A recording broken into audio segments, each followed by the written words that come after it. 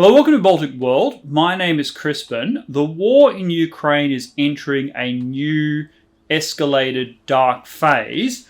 I will report on the military developments tomorrow, but in the meantime, there are two other videos I want to create.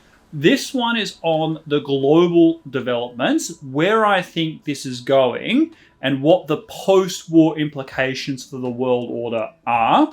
The other video I'll do probably today is on the nuclear spectre. Will Putin resort to nuclear weapons? Under what circumstances? Now, for those that don't know my personal background, I'm a nuclear specialist by trade. My expertise is on Russia's nuclear arsenal strategy and doctrine. So hopefully I can provide some assistance on that specific issue. Just one other thing before we launch into the video. Thank you to everybody who has suggested Contribui as our Patreon replacement. That's a Lithuanian-based Patreon alternative, a new startup. We're very excited about it. Charlie and I have been doing our research. We'll have more to say on that in coming days, but thank you for that feedback. We will definitely take that on board. Getting into today's video, however, one of the things that war is a driver of radical change, and it's important to realize how far the needle has shifted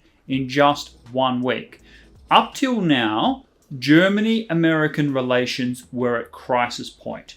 Despite the US having 35,000 troops based in Germany, the rise of China has meant that it is focusing firmly on the Western Pacific and has essentially pleaded with the Europeans to do more for their own defense. Germany had only been spending 1.3% of its GDP on defense expenditure. It had concluded a Nord Stream 2 pipeline deal with Russia, and it was retiring all of its nuclear power plants, making it even more dependent on Russian energy into the future. Meanwhile, attitudes towards NATO and NATO expansion were lukewarm at best. The traditional NATO countries like UK, France, Germany, Spain, they no longer fear Russia invading Western Europe like they did during the Soviet years. They now see NATO as essentially a security promoter, doing coalition operations, counter-terrorism, but they were fearful of expanding NATO right to the Russian border, particularly with the inclusion of the Baltic countries and what the Article 5 commitment would mean for them. How many Spaniards were really willing to die for Estonia? That was a question that many people in Europe have been asking. And the West itself has appeared absolutely divided over everything. Progressives and conservatives, immigration, mandates, film and entertainment, whether our history is something to be proud of or ashamed of. Over every aspect, there have been cultural wars raging at every level. If you compare this with the rising authoritarian ethno-states like China that appear unified, confident, prosperous, ambitious, will compare their narrative with how they look at the West as this irrevocable decline the 20th century has been. Look at their divisions, look at their societal upheaval, democracy has failed. Well, this would have played into Putin's calculus. Indeed, rationally so. Many in the West fear Western decline. There was no reason to think that those divisions wouldn't continue with Putin's invasion of Ukraine. Yes, there'd be sanctions, but they'd be haphazard. They wouldn't be unified. There'd be limits to how much pain European countries were willing to endure. There would be workarounds that would allow business deals to happen on the sidelines. Ultimately, it would be temporary as well, as a new normal emerged and people wanted to reconnect their business dealings with Russia. Then with Ukraine, nobody cares about Ukraine. Look what happened in Crimea. The world moved on. The US, Britain, they've ruled out sending combat troops. When Russia moves into Ukraine, Zelensky will fall. The whole country will be absorbed very quickly. The rest of Europe, the rest of the world will be happy that Ukraine has become part of Russia, which is historically, religiously, culturally similar to Russia anyhow. Why would anyone object? Now let's compare that set of expectations with what's happened in just a week's time. First, Russia has been disconnected from the SWIFT payment system. The Russian ruble today is worth less than a US cent. Germany has done a whiplash about face. They are no longer in military decline. They're committed to spending 2% of their GDP on defense, which is the NATO standard. They've abolished their policy on discontinuing nuclear power, and they're looking at ways of finding alternatives to Russian energy and gas. Ukraine has formally applied for EU membership to the acclaim of the European Commission. As I record this video now, Finland's parliament is debating NATO accession. The latest polling in the last couple of days shows that if Sweden joins as well, 66% of Finns support joining NATO. That's up from 19% a week ago. If Finland were to join NATO, that would extend Russia's border with NATO by 1,300 kilometers, a massive own goal. Then, of course, there is Ukraine's foreign military assistance. As I said before, every European country in the EU is providing arms and equipment, as is much of the rest of the democratic world.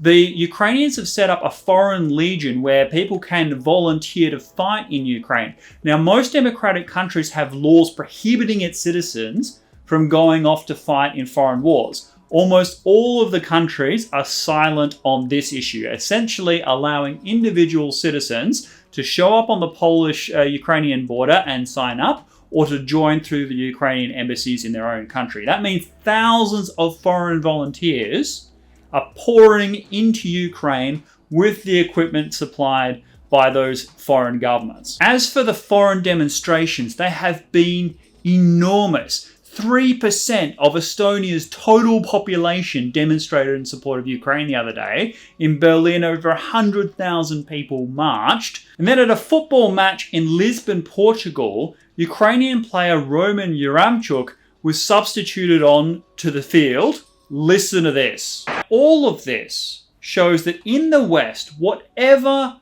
the divisions, the culture wars, the bitter disputes over mandates and politics and history and culture, two things are absolutely true. Number one, there is more that unites us than divides us, even now. And number two, the West. And by the West, I mean its institutions, history, culture, values, outlook. Well, that remains overwhelmingly powerful when unified. When working together, the West can still shake the world. And we haven't seen this level of unity for a long time. This has multiple geopolitical effects. The first being that Europe is now a major player in world affairs. Biden's refusal to overcommit to Ukraine's defense pushed much of the burden onto the shoulders of Europe, which has in fact stood up. Germany is becoming a normalized country. Even prior to the crisis, Germany's economy was 3 times the size of Russia. If Germany simply spent a normal amount of money on its defense and had a normal foreign policy, then all of Europe could be balanced against Russia's aggression. This will also do wonders for transatlantic relations. As I've said many times, America is facing an existential challenge in the form of China. China is more powerful by far relative to the United States than the Soviet Union was even at the height of the Cold War. China is able to challenge the United States as a true peer competitor. The US cannot be everywhere at once and is unable to defend all of Europe while facing down China over Taiwan. Having a European set of partners beyond just Britain able to step up and defend Europe, that includes Poland, the Scandinavian countries, and now Germany, well, that will mean that the Europeans can take care of its eastern flank, the Baltic countries, and Russia, while the US faces the main challenge, which is China. But whatever the outcome, Europe is all on the same page when it comes to Russia now, and will invest to resist encroaching Russian power, particularly when it comes to NATO territory. Meanwhile, in China, they will look at these developments with abject horror. China had viewed the West as a 20th century blip. It is useful to see the world through a Chinese lens. From their point of view, they're the Middle Kingdom. They have the biggest population, and for most of world history, they were the most powerful political entity. It was only the Industrial Revolution that broke the nexus between population and production, and that allowed the West to take over the world. But from China's point of view, everything will revert to the long-standing norm, where there is a Sinocentric world order. Well, the past week will be a bitter pill in the Politburo, as it shows that the West, when pushed to the wall, can absolutely unify, and when they do, are so powerful they can shake the world. Given Ukraine's determined resistance and the overwhelming support provided by the West, well, China is going to have to take serious stock of its ambitions and know that if it invades Taiwan, the rest of the world will be fighting. A quick final word about Russia itself. Now, on one level, it is early to be speculating about what a post-war Russia is going to look like.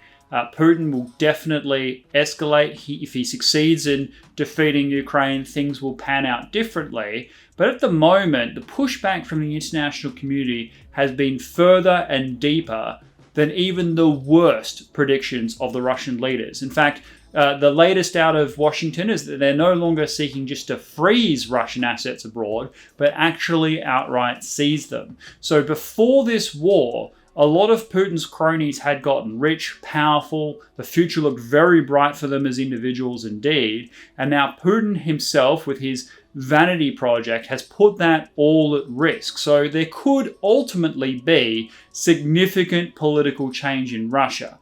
Now let's imagine for a moment there was a democratic awakening in Russia. This is not even the most likely outcome, but let's just imagine that for the time being. Well, that could totally change the geopolitical landscape. Imagine a Russia that NATO didn't feel threatened by, and vice versa. You could actually even dispense with NATO and create a new pan-European security architecture that had Russia as a member, a democratic Western bulwark Russia that was teased away from Beijing's orbit. That would be the ultimate geopolitical coup and isolate China globally, meaning it would be far more constrained in trying to take over and replace the United States as the dominant power in the Western Pacific. With that the case, World War III might actually be averted. It would almost make this conflict in Ukraine worthwhile. Unlikely outcome, but it is my hope and dream. That's it for this video. Please leave your comments down below. A number of people have sent me emails in the past few days offering support, their expertise. I will absolutely get back to each and every one of you, I promise, this week. Thank you for that. I absolutely love you all. We have the best audience on earth, bar none. And I will see you next time. Goodbye.